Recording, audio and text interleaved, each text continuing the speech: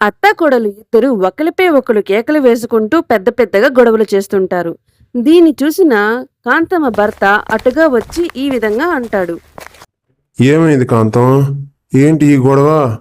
వచ్చారా రండి. చూడండి మీ కోడలు ఎన్నెన్ని మాట్లాడుతుందో.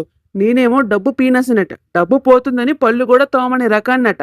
వయసులో పెద్దనని కూడా చూడకుండా ఎన్నెన్ని మాట్లాడుతుందో. అలా చూస్తూ నిల్చున్నారే, అడగరేంటండి? నేనా? అడుగుతా నాగు. అమ్మా కోడల పిల్ల, చెప్పండి మామయ్య గారు. మీరొకరే ఇంట్లో నాకేది అనలేదనుకున్నా.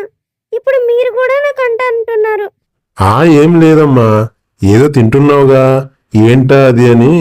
ఓ అదా మామయ్య, పప్పుచారు బెండకాయ తాలింపు చాలా బాగుంది. అవునా? నాకెంత ఇష్టమో, చాలా రుచిగా ఉంటుంది.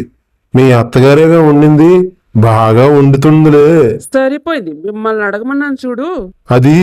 అది కాంతం. చాలే ఆపండి, ఇంకేం మీరు అడగాల్సిన అవసరం లేదు. నీ పని నా కొడుకు వచ్చాక చెప్తాను. ఇలా అత్తాకోడలు ఇద్దరు మళ్ళీ గొడవని స్టార్ట్ చేస్తారు. ఇంతలో బయటికి వెళ్లిన కాంతమ్మ కొడుకు ఇంటికి వస్తాడు.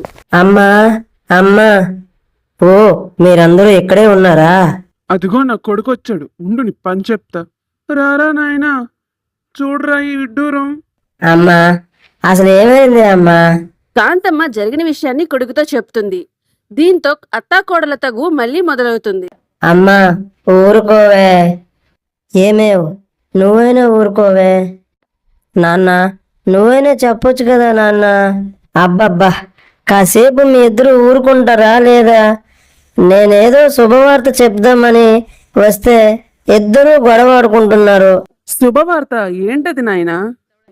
అమ్మా మన ఊరిలో వ్యాపారం పెడదాం అనుకుంటున్నా. మన ఊరిలో హోటల్ లేదుగా, హోటల్ పెడదాం అనుకుంటున్నానమ్మా. మా నాయన ఎంత మంచి మాట చెప్పావురా. ఇన్నాళ్ళకి నువ్వు బాగుపడతానంటే నాకు ఇంకేం కావాలరా నాయన.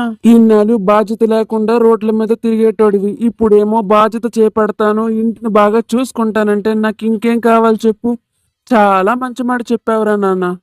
ఇలా కాంతమ్మ మరియు కుటుంబ సభ్యులందరూ ఈ మాటతో చాలా సంతోషిస్తారు. తరువాత కాంతమ్మే తన కొడుకు కావలసిన హోటల్ వ్యాపారానికి అన్ని చూసుకుంటుంది. హోటల్ కూడా మొదలు పెడతారు. వ్యాపారం కూడా చాలా బాగా జరుగుతుంది.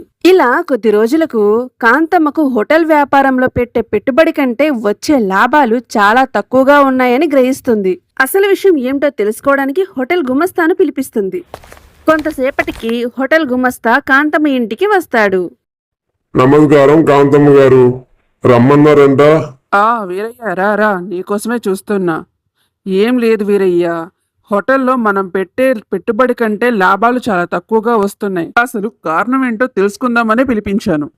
అదా తల్లి, ఏం చెప్పమంటారు తల్లి? మీ కోడలు గారు రోజు హోటల్కి వచ్చి వండిన వంటలో సగం ఆవిడే తినేస్తున్నారమ్మా. ఇంకా ఎలా లాభం చేకూరుతుంది చెప్పండి? ఇది విన్న కాంతమ్మ ఇది నిజమో కాదో తెలుసుకునేందుకు హోటల్ దగ్గరికి వెళ్తుంది. హోటల్ దగ్గరికి వెళ్లిన కాంతమ్మకు తన కోడలు తింటూ కనిపిస్తుంది. మహాతల్లి, ఇక్కడ కూడా మొదలెట్టావా నీ తిండికోవాలా? అయినా ఎవడైనా ఇంత తింటాడా ఏటి తిండి? అదా అత్తయ్య గారు, చాలా ఆకలేసింది, అందుకనే తింటున్నా. అయినా ఈ హోటల్ని నీకోసం పెట్టామా వ్యాపారం కోసం పెట్టామా? అదేంటి అత్తయ్య గారు అలా అడుగుతున్నారు? మన హోటల్లోనే కదా తింటున్నాను. అయినా మా ఆయన హోటల్లో తింటే తప్పేంటి? ఎందుకని అంత గొడవ లాగుతారు ప్రతిసారి? ఇలా అత్తాకోడలు ఇద్దరు మళ్ళీ గొడవలాడడం మొదలు పెడతారు. ఇంతలో అక్కడికి కొడుకు వస్తాడు. అబ్బబ్బా అమ్మా, ఎన్నాళ్ళు ఇంట్లో గొడవలు పడ్డారు, ఇప్పుడు నలుగురిలో గొడవలు పడుతున్నారు. ముందు మీ ఇద్దరు ఇంటికి వెళ్ళండి అమ్మా. అదే రోజు రాత్రి కాంతమ్మ అందరూ పడుకున్నాక చప్పుడు ఏదో అవుతుందని బయటకొచ్చి చూసి దొంగలు పడ్డారనే విషయాన్ని గ్రహిస్తుంది. నాయన, మా ఇంట్లో దొంగలు పడ్డట్టున్నారే. ఒరే కిరణ్, ఇలా రా, ఇంట్లో దొంగలు పడ్డారు. కాంతమ్మ వచ్చేసరికి కుటుంబ సభ్యులందరూ బయటికి వస్తారు. అమ్మా ఏమైందమ్మా అంత గట్టిగా అరిచావు? అరే కిరణ్, దొంగలు రా, చూడరా. దొంగనా? ఎక్కడమ్మా? ఎవరు నా దగ్గరికి రాకండి. ఆహాహా, నేను దొంగతనం చేయడానికి వచ్చా. ముసలి, మర్యాదగా నీ ఒంటి మీద ఉన్న బంగారం అంతా తీసి నాకు ఇచ్చేయి. అయ్యో అయ్యో అయ్యో, బంగారం అడుగుతున్నారే. రే కిరణ్, ఏదైనా చెయ్యిరా అంటూ కళ్ళు తిరిగి పడిపోతుంది కాంతమ్మ. అమ్మా ఏమైందమ్మా అంటూ బాధపడతాడు కిరణ్. దీన్నంతటిని చూసిన కిరణ్ భార్య ఆ దొంగల్ని పిచ్చకుట్టుడు కొడుతుంది. అమ్మో, ఈ కోడల చేతులు దెబ్బలు తినే కంటే ఈ ఇంటి నుండి వెళ్ళిపోవడమే నయము. స్పృహ తప్పి పడిపోయిన కాంతమ్మకు రాత్రంతా సేవలు చేస్తుంది కాంతమ్మ కోడలు. చూసావా కాంతం, మీ ఇద్దరు ఇన్నాళ్ళు కొట్టుకున్నారు, కానీ రాత్రి దొంగ వల్ల నువ్వు కళ్ళు తిరిగి పడిపోతే కోడలే రాత్రంతా నీకు సేవలు చేస్తూ మెలకుగా ఉంది. ఈ విషయం తెలిసిన కాంతమ్మ తన తప్పేంటో తెలుసుకొని కోడలతో సరదాగా జీవితాన్ని కొనసాగిస్తుంది. చూశారు కదా ఫ్రెండ్స్, మా అత్త కోడలమిద్దరం ఒకటిగా అయిపోయాం. సో ఈ వీడియో కనుక మీకు నచ్చినట్టయితే లైక్ చేసి షేర్ చేసి మా అత్త కోడల కోసం సబ్స్క్రైబ్ చేసుకోండి.